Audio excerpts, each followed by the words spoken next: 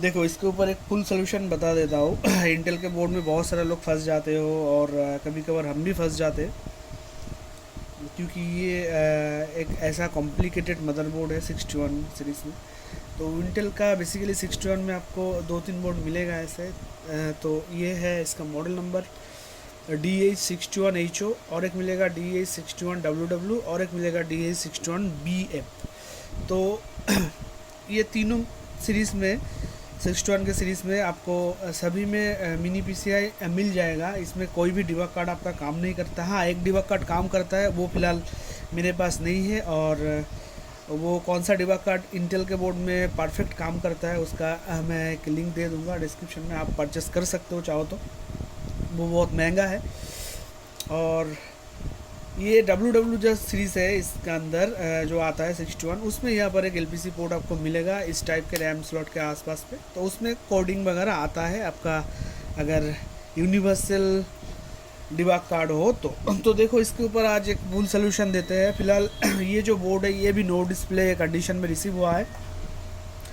तो no display इस board में कौन कौन से वजह से आते हैं और उसका सलूशन क्या है, अगर नेक्स्ट टाइम आप अगर ये वीडियो देख रहे हो, जो भी देख रहे हो, चाहे बिगिनर हो या एक्सपर्ट हो, सबके लिए काम आएगा ये वीडियो। अगर आपको ये बोर्ड रिसीव होता है और आप कभी कभार फंस जाते हो इस बोर्ड में काम करते करते, भाई डिस्प्ले नहीं आते हैं, तो ये वीडियो अगर आप देख रहे हो तो उम्मीद रखता हूँ नेक्स्ट टाइम आप इंटेल का जो भी 61 का सीरीज़ है आप नहीं फंसोगे। तो वीडियो को स्किप ना करो, ध्यान से देखो अगर काम सीखना है तो। और जो आधा काम जानते हो वो तो काट कूट के देख सकते हो, और जो पूरा काम जानते हो वो तो भाई हटा सकते हो वीडियो को, आपकी मर्ज़ी। तो ये देखो ये है बोर्ड, जो ये मैंने जो CPU लगाया है ये मेरा CPU है, कस्टमर का CPU ये है। मैं कस्टमर का CPU से बोर्ड में काम नहीं करता हूँ, क्योंकि कभी कभार चूतिया बन जाते हैं, कभी कभार कस्टमर चूतिया बना देते हैं। बोलता है सब भाई ठीक है, पर काम पे लगो तो पता चलता है क्या क्या ख़राब है। और एक चीज़ मैं बता देता हूँ, कस्टमर के बात सुन के कभी भी बोर्ड पे एक्सपीरियंस या फिर काम या फिर आगे मत बढ़ो, क्योंकि कस्टमर बहुत बकवास बोलते हैं, क्योंकि उनको पता नहीं होता है फ़िलहाल डेफिनेटली, और वो उल्टा सीधा बोल देते हैं। और उनके ऊपर डिपेंड करके अगर आप काम कर रहे हो तो आपका बोर्ड सक्सेसफुल रिपेयर नहीं होगा।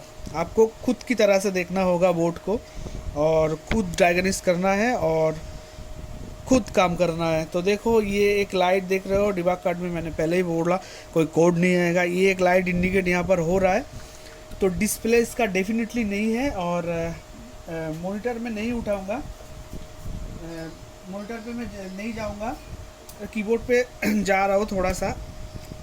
देखो मॉनिटर पे क्यों नहीं जाऊँगा वो भी मैं बता रहा हूँ। ये देखो ये मैंने एक सेकंड, ये मैंने कीबोर्ड पे गया, इसका कोई भी डिस्प्ले नहीं है। और डिस्प्ले क्यों नहीं आएगा, कुछ लोग समझ रहे हो भाई मॉनिटर पे दिखाओ डिस्प्ले तो है, भाई डिस्प्ले नहीं है, आप भी देख लो क्यों नहीं है, वो मल्टीमीटर पे ही पता चलेगा अगर आपको थोड़ा बहुत नॉलेज है तो। और बिल्कुल नया हो तो ध्यान से देखते जाओ। ये देखो एक मैंने ग्राउंड कर दिया, और वोल्टेज कुछ है कि नहीं देख लेते हैं पहले यहाँ पर। हाँ भाई क्रिस्टल पे वोल्टेज मिल रहा है, मल्टीमीटर वर्क कर रहा है। तो देखो मल्टीमीटर भी दिख रहा है, बोर्ड भी दिख रहा है, डिस्प्ले इसका क्यों नहीं आएगा मैं वो भी बताता हूँ। ये लाइट पे मत जाओ, डिबग कार्ड पे यहाँ पर जो लाइट जल रहा है, ये डिस्प्ले अगर आएगा तो भी ऐसा ही लाइट जलेगा, कोई भी चेंजेस नहीं होगा, और रीसेट हाई फाई जो है वो सेम ही रहेगा। पहली बात तो ये है, ये देखो इसका CPU VDD 12 वोल्ट इनपुट है, और यहाँ पर 1.22 वोल्ट है, बन रहा है, कोर भी बन रहा है, कोर भी बनेगा आपका बोर्ड में बन रहा है। और ये है सॉरी ये पर CPU VDD है, ये बन रहा है, ये देखो बिंदास बन रहा है। पर एक चीज़ आपका बोर्ड में नहीं बनेगा, अगर ये बन जाता है तो आपका बोर्ड में डिस्प्ले आएगा, अगर नहीं बनता है तो जितने भी लाइट के साथ चले डिबग कार्ड में आपका बोर्ड में डिस्प्ले नहीं आएगा। तो मल्टीमीटर पे फॉलो करो। और यहाँ पर भी देखो, ये फैन को हटा देता हूँ अभी, नहीं तो नहीं दिखेगा। ये देखो ये है इसका 12 वोल्ट इनपुट, और ये है इसका GPU सेक्शन, यहाँ पर कुछ भी वोल्टेज नहीं है। और यहाँ पर भी सेकंड मॉस्फेट पे, फर्स्ट मॉस्फेट पे वोल्टेज नहीं है, सेकंड मॉस्फेट पे कोई भी वोल्टेज नहीं है, ना तो इसका ड्रेन पे, सोर्स पे, गेट पे कहीं पर भी वोल्टेज इसका जनरेट नहीं हो रहा है। ये है 12 वोल्ट 12.24 वोल्ट, आप क्लियर देख सकते हो 12.24 वोल्ट, पर यहाँ पर कोई भी वोल्टेज आपको नहीं लगेगा। ये देखो यहाँ पर कोई भी वोल्टेज आपको नहीं लगेगा। और यहाँ पर जितना टाइम आपका बोर्ड में वोल्टेज जनरेट नहीं होगा, आप जो भी करो, बायोस कर लो, हीट कर लो, पीसी चेंज कर दो, जो भी करो, आपका बोर्ड में डिस्प्ले नहीं आएगा। यही है मेन मुद्दा इस बोर्ड में, टॉपिक है। और फुल सोल्यूशन मैंने पहले वीडियो में बताया, वो मैं क्लियर कर देता हूँ ताकि आप फंस ना जाओ। तो देखो बोर्ड ऐसे चलता रहा है। अभी जो सीपीयू है ये हीट हो रहा है, पर हीट हो रहा है, सीपीयू हीट हो रहा है, पर ये डिस्प्ले नहीं आएगा। तो देख लो कौन कौन जो मेन जो रीज़न है उसके वजह से बोर्ड में अगर 00 कोड आ जाता है, आपका यूनिवर्सल डिबग कार्ड है, फिर भी डिस्प्ले नहीं आ रहा है, तो कहाँ कहाँ पर आपको काम करना है वो मैं बता रहा हूँ। तो बोर्ड को ऑफ कर देता हूँ और फैन को हटा देता हूँ। तो पहले देख लो, ध्यान से सुन लो। पहली बात तो ये है, ऐसे टाइप के अगर प्रॉब्लम हो रहा है तो डेफिनेटली आप एक बार, ये सीपीयू हीट हो रहा है, सीपीयू तो मेरा टेस्टेड है, जेन्युइन है, पहली दफ़ा आप एक बार सीपीयू को चेंज करके देख लो। अगर सेम प्रॉब्लम है, सीपीयू चेंज करने के बाद भी आपका सीपीयू जेन्युइन है, आपको पता है, उसके बावजूद भी डिस्प्ले बोर्ड में नहीं आ रहा है, तो सेकंड, तो फास्ट आपको सीपीयू चेंज करना है। सेकंड आपको क्या करना है, ये जो PWM IC है इसको थोड़ा बहुत हीटअप कर लेना है, ठीक है। ये PWM IC के वजह से क्या होगा, आपका इस सेक्शन में मैंने अभी जो देखा है वोल्टेज बन रहा है, जो 12 वोल्ट बन रहा है प्राइमरी मॉसफेट के ड्रेन पे, और सेकेंडरी मॉसफेट के ड्रेन पे जो वो वोल्टेज सप्लाई हो जा रहा है 1.2 वोल्ट, वो भी नहीं आएगा अगर आपका PWM IC ख़राब है। तो फर्स्ट टाइम आपको सीपीयू चेंज करना है। अगर नहीं हुआ तो PWM IC को थोड़ा बहुत हीट करके देख लेना है। अगर यहाँ पर वोल्टेज बन जाता है तो आपका बोर्ड में डिस्प्ले आएगा, अगर यहाँ पर वोल्टेज नहीं आता है तो आपका बोर्ड में डिस्प्ले नहीं आएगा। सेकंड, आपको एक बार बायस करके देख लेना है। अगर बायस करने के बाद यहाँ पर वोल्टेज आता है और जीपीयू सेक्शन में वोल्टेज नहीं आता है, तो फिर आपको एक काम करना है, यहाँ पर एक ड्राइवर ऐसे आपको मिलेगा जो ये 3 मॉसफेट को ड्राइवरिंग करता है। ये जो ड्राइवर आईसी है, मैं पास से दिखा दूँ, ये आईसी अगर ख़राब हुआ तो भी आपका जीपीयू सेक्शन काम नहीं करेगा और सीपीयू में बोर्ड में डिस्प्ले नहीं आएगा। पर ये जो सेक्शन है, इस सेक्शन में आपको प्राइमरी सेक्शन में वोल्टेज 12 वोल्ट मिलेगा और सेकेंडरी मॉसफेट के ड्रेन पे कोई भी वोल्टेज नहीं मिलेगा। तो गया। तो नंबर 4, ये सेम प्रॉब्लम आ सकता है आपके साथ भी। आपका यहाँ पर वोल्टेज मिलेगा, यहाँ पर भी वोल्टेज मिलेगा, यहाँ पर 1.2 वोल्ट मिलेगा, यहाँ पर भी 1.2 वोल्ट मिलेगा, फिर भी डिस्प्ले आउट नहीं हो रहा है आपके बोर्ड में। तो ऐसे केसेस में आपका PCH ख़राब हो सकता है, या फिर PCH में आप अगर हीट अप करो थोड़ा बहुत तो प्रॉब्लम सॉल्व हो सकता है, ये भी रीज़न हो सकता है। और तीसरी नंबर 5, आपका यहाँ पर GPU मिल रहा है पर यहाँ पर वोल्टेज नहीं मिल रहा है, 12 वोल्ट मिल रहा है, 1.2 वोल्ट मिल रहा है, नहीं मिल रहा है। तो एक सेकेंड, यहाँ पर एक ड्राइवर IC आपको मिलेगा। ये IC अगर ख़राब हुआ तो ये सेक्शन काम नहीं करेगा आपका। ये IC भी ख़राब होने के वजह से आपका बोर्ड में डिस्प्ले कोर नहीं बनेगा, VDD नहीं जनरेट होगा, आपका बोर्ड में डिस्प्ले नहीं आएगा। नंबर 6, आपके बोर्ड में अगर सारा वोल्टेज बन रहा है, बोर्ड फिर भी डिस्प्ले नहीं है और CPU हीट हो रहा है या फिर नहीं हो रहा है, उससे रीज़न नहीं है, तो फिर आपका IO अगर रास्ट से भरा है तो भी प्रॉब्लम हो सकता है। तो इस बोर्ड में बेसिकली क्या प्रॉब्लम है, इस बोर्ड में मैंने सारा वोल्टेज चेक कर लिया, सारा बन रहा है, पर यहाँ पर GPU नहीं बन रहा है। तो देखो बेसिकली ये मैं हटा देता हूँ।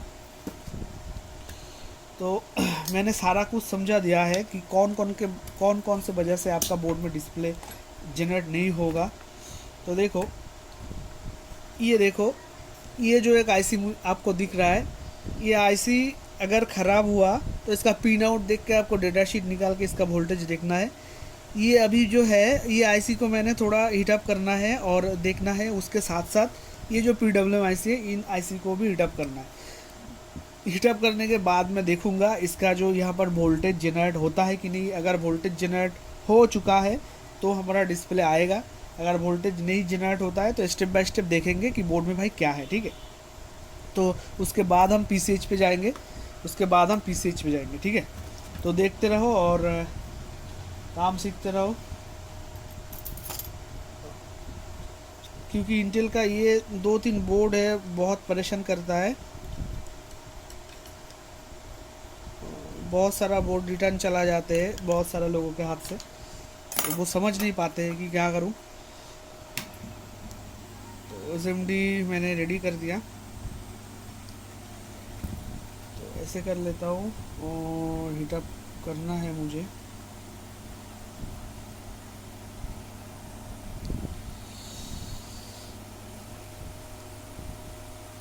हो गया SMD रेडी।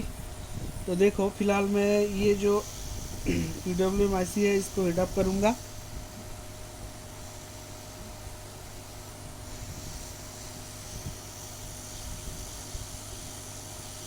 यहाँ पर आपको ज़्यादा ER नहीं देना है, हल्के से हीटअप करना है। ज़्यादा हीट दे दोगे तो प्रॉब्लम क्रिएट हो सकता है।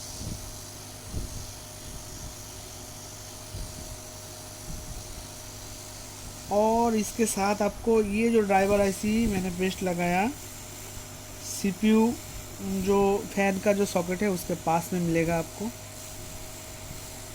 ये IC को थोड़ा बहुत हीटअप करना है। अगर काम नहीं बनता है तो आपके पास स्क्रैप पड़ा हो तो आप एक बार ये IC को चेंज कर लो, चेंज करके देख सकते हो।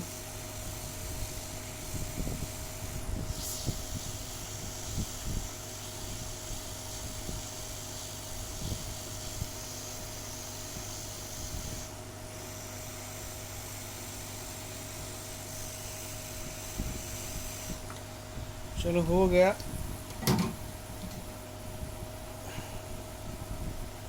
ये मैंने हीटअप कर दिया, ये बहुत हीट है, इसे अभी थोड़ा सा ठंडा होने देंगे, उसके बाद क्लीन करेंगे, क्योंकि डायरेक्टली थिनर नहीं डालेंगे यहाँ पर, क्योंकि ये बहुत हीट है अभी। उसके बाद इसमें थिनर डालेंगे, ठीक है।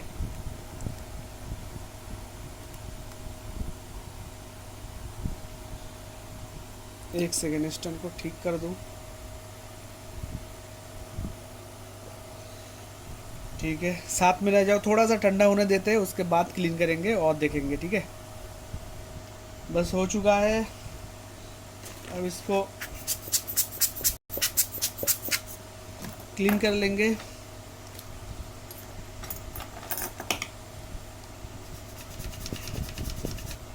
और इसको भी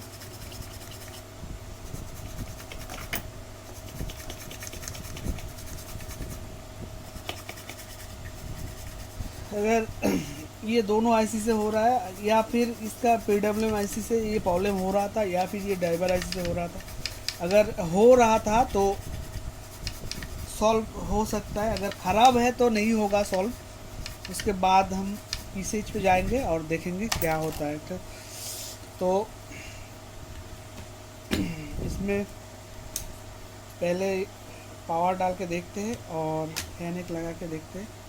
ये जो बोर्ड है, डिबग कार्ड बाद में लगाएंगे, तो इस साइड में ले लेते हैं बोर्ड को। तो बोर्ड अभी चलाते हैं। तो लो, बोर्ड को मैंने ट्रिगर कर दिया, ये बोर्ड ऑन हो गया।